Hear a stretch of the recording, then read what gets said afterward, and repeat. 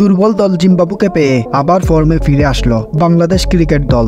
মাত্র 41 রান করে 7টি উইকেট হারায় জিম্বাবু। এমন দুর্বল টিমের সাথে মুস্তাফিজুর রহমানকে খেলার কোনো দরকার ছিল না, বরং IPL খেললে আরো ভালো হতো।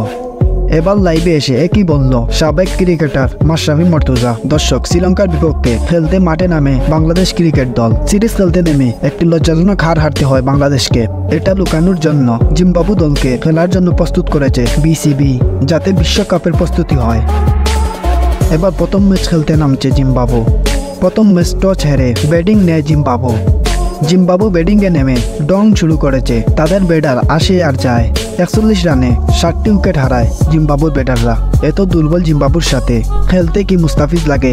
IPL থেকে মুস্তাফিজকে জিম্বাবুর সাথে খেলতে আনায় খুব বেশি ক্ষিপ্ত হন সাবেক ক্রিকেটার মাশরাফি মর্তুজা।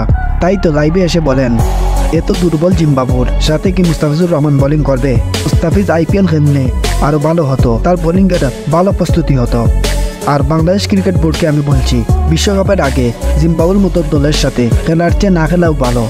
বিশ্বকাপের আগে প্রস্তুতি ম্যাচ খেলতে হবে ভালো ভালো দলের সাথে। যারা আগের বার বিশ্বকাপ নিয়েছে তাদের সাথে খেলতে হবে। স্ট্রং টিমের সাথে না খেললে বিশ্বকাপে ভালো প্রস্তুতি হবে না।